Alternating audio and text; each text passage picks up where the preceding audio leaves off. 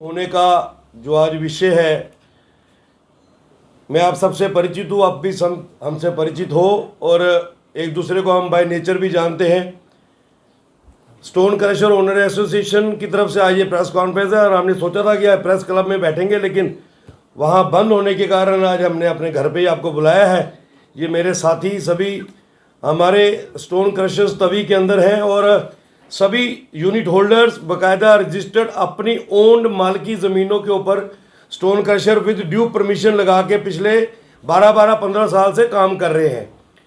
मैं 2 मिनट पहले आपको बता दूं, क्योंकि आज ये थोड़ी इमोशनल प्रेस कॉन्फ्रेंस भी है, क्योंकि शायद हमारी ज़िंदगी और मौत का सवाल है। हो सकता है मैं भावुक हो के अनपार्लियामेंट लैंग्वेज भी इस्तेमाल करूँगा, लेकिन मेरा आपसे निवेदन है कि उसको छुपाइएगा मत। अगर मैं किसी अफसर के ऊपर अब्सर्ड लैंग्वेज इस्तेमाल करूंगा तो उसको कवर मत कीजिएगा, उसके कानों तक पहुंचने दीजिएगा, ताकि उसको एहसास हो कि उसकी वजह से कितने घर जो है तबाही होने की कगार पे आने वाले हैं। तभी के अंदर 2017 तक, तकरीबन अगस्त 2017 तक सब कुछ बड़ा सामान्य था। जॉर्जियन माइनिंग के माध्यम से माइनिंग चलती थी, सब यूनिट होल्डर्स ठीक से काम कर रहे थे, गवर्नमेंट के घर में भी रेवेन्यू आता था। कुछ वेस्टेड इंटरेस्ट के लोगों ने 2017 में PIL लगाई थी, आपको पता है, कोर्ट में, कि तवी को बचाना है, तवी के अंदर इलीगल माइनिंग चलती है। लेकिन उस PIL में कहीं नहीं लिखा गया था कि तवी के अंदर, तवी की जब मैं बात करूंगा खाली जम्मू नहीं, बडियाल ब्रह्मणा से के रामनगर तक तकरीबन 45 स्टोन क्रशर तवी के किनारों पे, तवी से दूर अपनी मालकी ज़मीनों पे क्रशर वाले बैठे हुए हैं, जो गवर्नमेंट के रजिस्टर्ड लाइसेंसी होल्डर्स हैं। और कहीं भी PIL में ये नहीं लिखा गया कि ये जो माइनिंग होती है ये क्रशर वाले करते हैं, ये चोर हैं, या माइनिंग कौन करता है। लेकिन माइनिंग इलीगल होती है, ये PIL थी। हाई कोर्ट डबल बेंच ने इसका सीरियस कॉग्निजेंस लिया और एक ब्लैंकेट बैन ऑर्डर कर दिया कि माइनिंग तवी के अंदर टोटल बंद। उसमें हम लोग हाई कोर्ट में गए कि सर हमारा क्या कसूर है, हम तो इंडस्ट्री है, गवर्नमेंट आलू बनाने वाले, पोटैटो की चिप्स बनाने वाले इंडस्ट्री को भी सब्सिडी देती है कि तुम कहीं से आलू लाते हो तो हम आपको किराया देंगे, आप अपनी फैक्ट्री चलाओ। हम तो गवर्नमेंट से कुछ नहीं मांग रहे, अगर हम रॉ मटेरियल उठाते हैं हम उसकी रॉयल्टी पे करते हैं, तो हमें काम करने दो। अलबत्ता गवर्नमेंट हाई कोर्ट ने उसका सीरियस कॉग्निजेंस लिया, डिवकॉम को भी उसका पार्टी बनाया, चीफ सेक्रेटरी को भी नोटिस गया। लेकिन 2017 के बाद तभी के अंदर जो माइनिंग चली वो गैर कानूनी तरीके से खुलम खुला चली और पूरे का पूरा जॉर्जियन माइनिंग डिपार्टमेंट उसमें इन्वॉल्व रहा। और तकरीबन जो भी DMO इस दौरान रहे उन लोगों ने खुलेआम अपनी मंडी चलाई।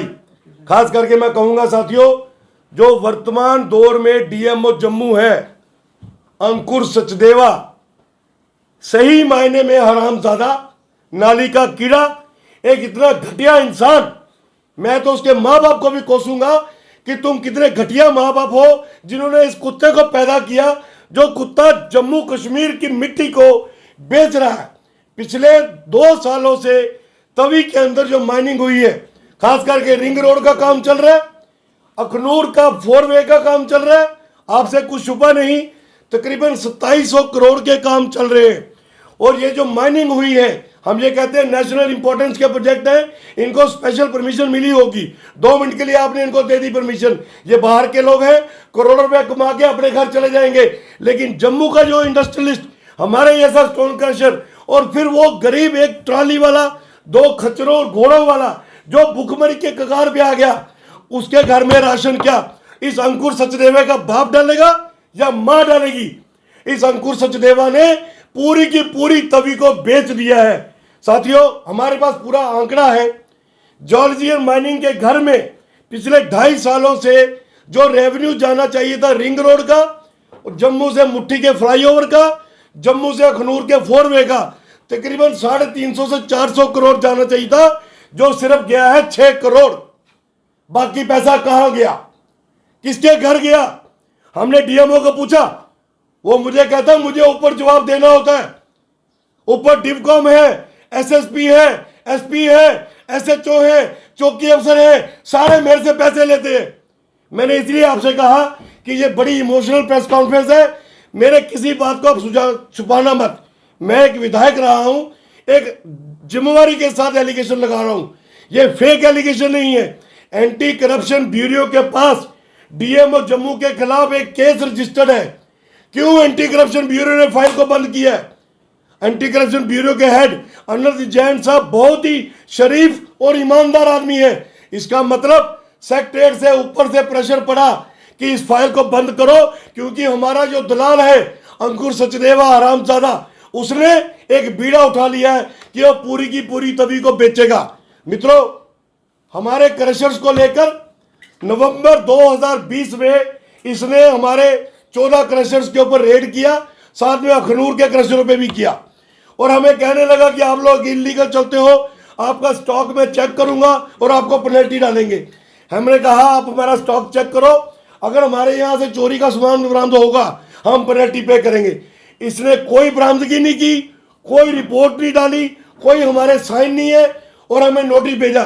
फॉर एग्जाम्पल मुझे नोटिस भेजा 10 फरवरी 2021 को 22 लाख रुपए का, इनको नोटिस भेजा 25 लाख रुपए का, इनको नोटिस भेजा 11 लाख रुपए का, ऐसे सभी क्रशर वालों को भेजा। अखनूर में भी रेड किया, वहां कुछ क्रशरों के ऊपर 1.5 2 करोड़ का स्टॉक था, उनको नोटिस भेजा 5.5 लाख का, और 25 लाख उनसे कैश लिया। इसका हमारे पास सबूत है कि किसके थ्रू पैसा गया।